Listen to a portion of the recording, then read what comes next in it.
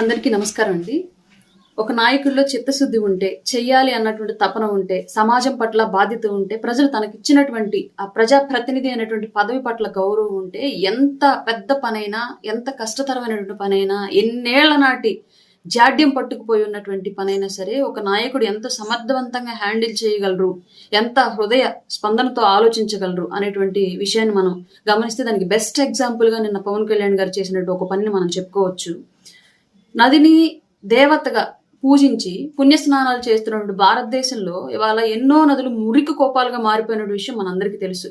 ప్రజల్లో ఏర్పడ్డటువంటి నిర్లక్ష్యం, పారిశుద్ధ్యంలో ఏర్పడ్డటువంటి లోపం, పెరిగినటువంటి పారిశ్రామికీకరణకి ఇచ్చేటువంటి అనుమతుల్లో పెరిగినటువంటి అవినీతి, రాజకీయ జోక్యాలు, ప్రజల ప్రాణాల పట్ల రాజకీయ నాయకులకు కానివ్వండి, పారిశ్రామికవేత్తలకు కానివ్వండి, వ్యవస్థలకు కానివ్వండి ఎలాంటి గౌరవం లేకపోవడం, ఈ రోగాల మీద డిపెండ్ అయ్యి ఎంతో మెడికల్ వ్యవస్థ విస్తరించడం, వేలాది మంది ప్రాణాలు క్యాన్సర్ తోటి, లివర్ సిరోసిస్లతోటి, ఇంకా ఎన్నో కలుషితమైనటువంటి వాటర్ తాగడం వల్ల ఎన్నో విధాలుగా ప్రాణాలు పోతున్నటువంటి విషయం మనకి ఇప్పటి వరకు తెలుసు, చూసాం కూడా. ఎన్నో రకాలుగా కాలుష్యం ఏ విధంగా కోరలు చాచి విస్తరిస్తూ ఉందో ఆంధ్రప్రదేశ్లో కానివ్వండి, భారతదేశంలో కానివ్వండి, నదుల ద్వారా మనకు తెలుసు, నీటి ద్వారా మనకు తెలుసు. అట్లాంటి పరిస్థితిని చాలా సమర్థవంతంగా ఆలోచించి అప్పటికి అప్పుడు గోదావరి పుష్కరాలు వస్తున్నాయంటే జనాలు ఎలా ఉన్నా సరే, నమ్మకం అనేది ఎలా ఉన్నా సరే ఆమోదించేలాగా చేసిద్ది కాబట్టి ఆ మురికి నీళ్ళని ఎత్తిని చల్లుకొని ఆ మురికి నీళ్ళలోనూ పుణ్యం వెతుక్కొని వచ్చేటువంటి వాళ్ళం 100% ఎవరైనా సరే జనరల్గా నమ్మితే ఇంకా నమ్మకం ఆ స్థాయిలో ఉండిద్ది కాబట్టి మనిషికి. అట్లా కాకుండా పుణ్యం రావడం అట్లా పెట్టి ఈ నీటిలో మునిగితేనో ఈ నీరుని తాగితేనో రోగాలు వస్తాయి కదా అని చెప్పేసి ఆలోచించి పుష్కర ఘాట్లన్నింటినీ కూడా పరిశీలించి కళ్ళ ముందు కనిపిస్తున్నటువంటి మురికి కోపాల్లో ఉన్నటువంటి గోదావరి నదీ పాయలను చూసి పవన్ కళ్యాణ్ గారు ఒక నాయకుడు ఎంత సమర్థవంతంగా ప్రజల కోసం ఆలోచించగలడో చూపించినటువంటి వ్యక్తి పవన్ కళ్యాణ్ గారు. అప్పటికి అప్పుడే సమీక్షలు నిర్వహించి సంబంధిత అధికారులతోటి మీటింగ్లు ఏర్పాటు చేసి ఒక టాస్క్ ఫోర్స్ ని తీసుకురావడంతో పాటు ఏదో మాటలతోనే ఆగకుండా జీవోను కూడా తీసుకొచ్చి దాంట్లో కొంతమంది సభ్యులను కూడా యాడ్ చేసి కమిషనర్ల స్థాయి నుంచి, కలెక్టర్ల స్థాయి నుంచి అందరిని ఏర్పాటు చేసి ఇమ్మీడియట్ గా ఒక యుద్ధ ప్రాతిపదికన పుష్కరాలు మొదలయ్యే లోపే మొత్తం నదంతా కూడా పరిశుభ్రంగా తయారవ్వాలి అని చెప్పినటువంటి విధానం నిజంగానే చాలా అంటే చాలా మనసుకు హత్తుకునేలా ఉంది. ఒక నాయకుడు అంటే ఇలా ఉండాలి అని చెప్పేసి రాజకీయ భవిష్యత్ తరాలు ఆలోచించే విధంగా పవన్ కళ్యాణ్ గారి యొక్క పరిపాలన, ఆయన వ్యవహార శైలి ఉందని చెప్పడంలో ఎలాంటి సందేహం అక్కర్లేదు. ఇది బెస్ట్ ఎగ్జాంపుల్ అంతే. అలాగే నా విన్నపం ఇంకోటి, స్థానికంగా ఉన్నటువంటి ప్రజలు కూడా పవన్ కళ్యాణ్ గారు తీసుకున్నటువంటి ఈ నిర్ణయానికి సహకరిస్తూ ఎవరైతే ఆ టాస్క్ ఫోర్స్ ద్వారా నియమింపబడిన సిబ్బంది ఎవరైతే ఉన్నారో వారికి సహకరిస్తూ స్థానికంగా మీ ప్రాంతాల్లో ఉన్నటువంటి నదులను క్లియర్ చేసే దాంట్లో మీరు కూడా పాల్గొని యుద్ధ ప్రాతిపదికన ఈ విషయాన్ని ముందుకు తీసుకెళ్తూ, మరి గతంలో మనం ఎప్పుడో చూసినటువంటి, మేము చూసామో లేదు తెలియదు, మాకు ఊహ తెలిసేటప్పటికి నదులు కలుషితం అయిపోయినాయి. ఎప్పుడో మా అమ్మమ్మల తరాలు చూసి ఉండొచ్చాము బహుశా శుద్ధమైనటువంటి నదీ జలాలను. ఇవాళ మళ్ళా ఆ స్థాయిలో నదీ జలాల శుద్ధతకి మనందరం సపోర్ట్ చేయాలి అని, అలాగే మనం కూడా స్వీయ నియంత్రణ, మనం కూడా నదులకి వెళ్ళేటప్పుడు కానివ్వండి, నదుల్లో వదిలేటప్పుడు కానివ్వండి, ఏవైనటువంటి విషపూరితమైనటువంటి కెమికల్స్ ని విడుదల చేయడం కానివ్వండి, లేదంటే ఏవైనా అపరిశుభ్రమైనటువంటి అంశాలను మనం దానిలో పాటించడం కానివ్వండి, లేదంటే ప్లాస్టిక్ ని ఎక్కువ నదుల ద్వారా వర్షం పడ్డప్పుడు మోర్ ఓవర్ ఎక్కువ మన డ్రైనేజీల ద్వారా వాటర్ పొంగేసి ఆ వాటర్ లో ఉన్నటువంటి ప్లాస్టిక్, చెత్త వ్యర్థాలు అన్ని కూడా నదుల్లోని కలుస్తూ ఉంటాయి. వీటన్నింటినీ కూడా మన ఇంటి వరకు మనం కట్టడి చేయగలగాలి, మన వీధి వరకు మనం కట్టడి చేయగలగాలి, మన గ్రామం వరకు మనం కట్టడి చేయగలగాలని యువత ముందుకొచ్చి, మహిళలు ముందుకొచ్చి పెద్ద ఎత్తున ఈ పరిశుభ్రత కార్యక్రమంలో నదులను క్లియర్ చేసేటువంటి, నదులను పారిశుధ్యం చేసేటువంటి ఈ కార్యక్రమంలో పవన్ కళ్యాణ్ గారికి, ప్రభుత్వానికి, సంబంధిత సిబ్బందికి సహకరించి రాబోయే రోజుల్లో శుద్ధమైనటువంటి నదీ జలాలను ఆంధ్రప్రదేశ్లో చూడాలని చెప్పేసి మనస్ఫూర్తిగా నేను కోరుకుంటున్నాను. ఏవైతే నదులంటే పుణ్యస్నానానికి పెట్టిన పేరు అని చెప్పేసి భావిస్తూ ఉంటామో, నదుల్లో మునిగితే మనకున్నటువంటి పాపాలు పోతాయి అని చెప్పేసి మనం భావిస్తామో, నదుల్లో మునిగితే మనకేదో మంచి జరుగుతుందని చెప్పేసి మనందరం నమ్ముతామో, అలాంటి నమ్మకాన్ని నిజంగానే ఆ శుద్ధ జలాల ద్వారా ప్రజల్లో ఇంకా పెంపొందించాలని, భవిష్యత్ తరాలకు అందించాలని మనస్ఫూర్తిగా కోరుకుంటున్నాను నేను. అలాగే ఇంకోటి కూడా, ఇది సంబంధిత అధికారులకి అలాగే యంత్రాంగానికి ఒక రిక్వెస్ట్. ఒక పుస్తకాల్లో కానివ్వండి, లేదంటే గూగుల్లో కానివ్వండి, ఎక్కడో చోట పుణ్యక్షేత్రాల గురించి గొప్పగా చదువుతాము. ఆ పుణ్యక్షేత్రం దర్శనకి వెళ్తే అక్కడ కోనేరు గురించి మేము చదివినటువంటి చరిత్రలో మాత్రం గొప్పగా ఉంటుంది. ఆ గుడిలోకి వెళ్ళి ఆ కోనేరుని చూస్తే మురికి నీటితో నిండిపోయి ఉంటుంది.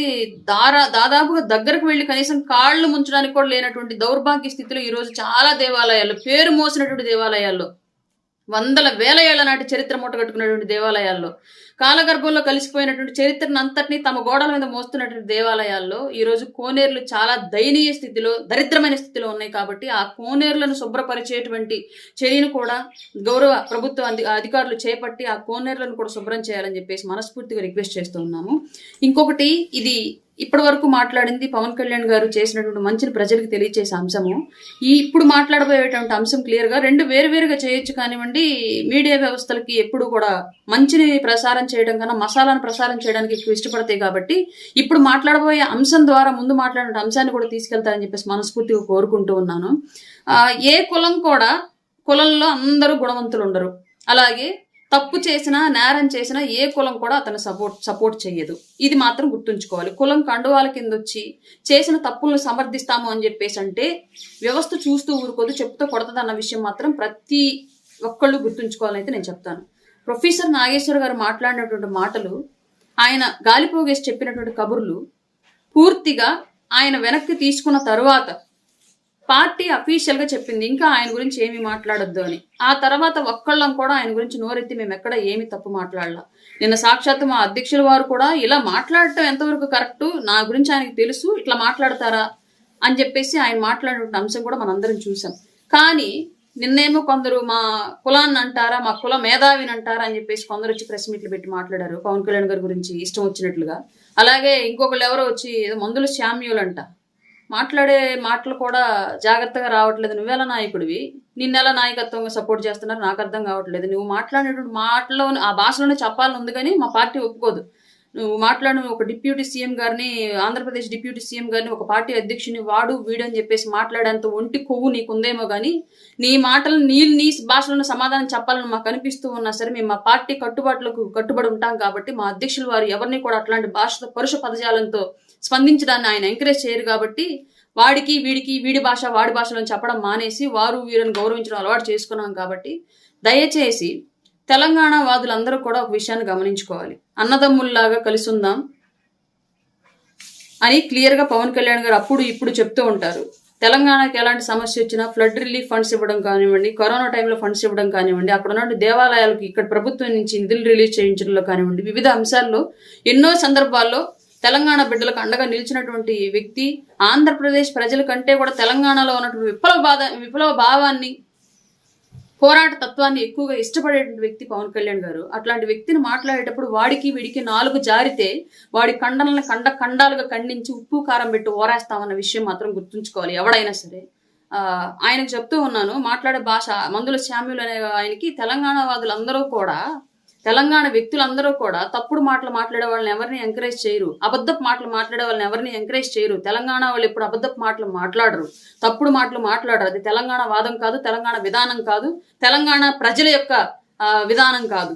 ఎవరో ఒకళ్ళు వచ్చి తప్పుడు మాట మాట్లాడితే ఆ తప్పును వెనక్కి తీసుకోండి, లేదంటే ఆధారాలు చూపించండి అని చెప్పేసి మేము అడిగాము. వాళ్ళ దగ్గర ఆధారాలు లేవు, వాళ్ళు గాలి పోగేసి కబుర్లు చెప్పారు కాబట్టి ఆ విషయం వాళ్ళకు కూడా తెలుసు కాబట్టి వాళ్ళ మాటలు వాళ్ళు వెనక్కి తీసుకున్నారు. అక్కడతో ఆ టాపిక్ అయిపోయింది. దాన్ని మళ్ళీ గెలుక్కొని పెద్ద చేద్దాము అంటే తర్వాత గీక్కుంటే పుండు పెద్దదైతే తర్వాత కలిగి నొప్పిని తట్టుకోవడం ఎవరి వల్లది. ఎవరైతే ఇవాళ మిమ్మల్ని అందరినీ రెచ్చగొట్టి ముందుకు తీసుకొస్తున్నారో వాళ్ళకి చెప్తున్నాం ఈ విషయాన్ని. నేరస్తుడికి కులం లేదు, తప్పు చేసిన వాడికి కులం లేదు. ఏ కులంలోనూ అందరూ బుద్ధిమంతులు ఉండరు. ఏ కులం కూడా తమ కులం నుంచి చేసినటువంటి తప్పుని సమర్థించదు, తప్పుడు వ్యక్తులను సమర్థించదు. ఈ విషయం గమనించుకొని నాలుక కాస్త జాగ్రత్తగా పెట్టుకుంటే మంచిదండి. మందుల శామ్యుల్ గారు, మీ భాషలో చెప్పాలని ఉన్నప్పటికీ కూడా మా అధ్యక్షుల వారికి రెస్పెక్ట్ ఇచ్చి మాత్రమే మీ భాషని కంట్రోల్ చేసుకుని మా భాషలో మాట్లాడుతున్నాం. హిట్ టీవీ యాప్, ఇందులో short news, live news, entertainment shows, movies, digital magazines తో పాటు మీ జిల్లా వార్తలను కూడా ఫ్రీగా చూడొచ్చు. ఇంకెందుకు ఆలస్యం, వెంటనే హిట్ టీవీ యాప్ ని డౌన్లోడ్ చేసుకుని ఫ్రీగా ఎంటర్టైన్మెంట్ పొందండి. Hit TV app, hit TV app, please download hit TV app. Hit TV app ని ఫ్రీగా డౌన్లోడ్ చేసుకుని ఎంజాయ్ చేయండి. మీకు నచ్చిన ఎంటర్టైన్మెంట్ కోసం హిట్ టీవీ యాప్ ని ఫ్రీగా డౌన్లోడ్ చేసుకుని ఎంజాయ్ చేయండి. హిట్ టీవీ యాప్ ని డౌన్లోడ్ చేసుకుని ఆస్వాదించండి, ఆశీర్వదించండి. ఇంతమంది సెలబ్రిటీలు హిట్ టీవీ యాప్ ని డౌన్లోడ్ చేసుకోండి అని చెప్తున్నారంటే ఎంత మంచి యాప్ ఆలోచించండి. అమెరికా అమెరికా అమెరికా అమెరికాలో చదవాలనుకునే వాళ్ళకి విశ్వసనీయమైన పేరు మన శౌర్య కన్సల్టెన్సీ. UK లో 1 year masters, UK లో 1 year masters, 2 years work permit up to 5 years visa. Contact Saurya Consultancy. Contact 89851 89851. నమస్తే.